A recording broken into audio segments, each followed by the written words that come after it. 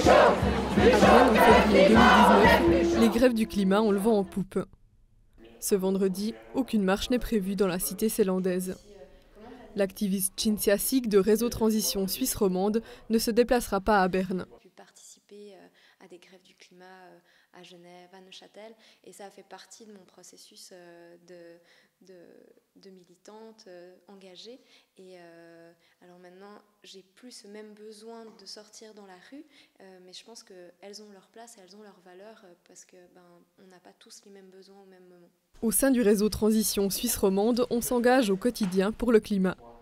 Le mouvement soutient les initiatives de citoyennes et de citoyens engagés qui proposent des solutions en Suisse et dans le monde entier. Donc on n'attend pas les autorisations des politiques pour proposer des solutions, pour créer un avenir désirable, résilient, juste et affranchi des énergies fossiles. Mais le militantisme, c'est une partie de la réponse. À Bienne, des membres de Renovate Switzerland se retrouvent ce jeudi. Le mouvement demande au Conseil fédéral de présenter un plan d'action national permettant de rénover l'isolation thermique de près d'1 million de maisons en Suisse d'ici 2040. Un moyen efficace, d'après elle, de réduire drastiquement les émissions de gaz à effet de serre. Si elles pensent que les marches du climat ont leur utilité, elles estiment également que ce n'est pas suffisant. Alors moi, j'ai jamais été à aucune grève pour le climat. Je me suis toujours sentie un peu bête en fait d'aller dans la rue, de marcher pendant quelques minutes comme ça, puis de rentrer chez moi et puis d'attendre qu'il y ait quelque chose qui se passe parce que j'ai vraiment envie qu'on change de système. Et en fait, j'ai toujours trouvé que ça servait pas à grand chose parce que si le gouvernement suisse avait envie d'apporter les changements nécessaires face à l'urgence climatique, ça ferait 50 ans qu'il l'aurait déjà fait.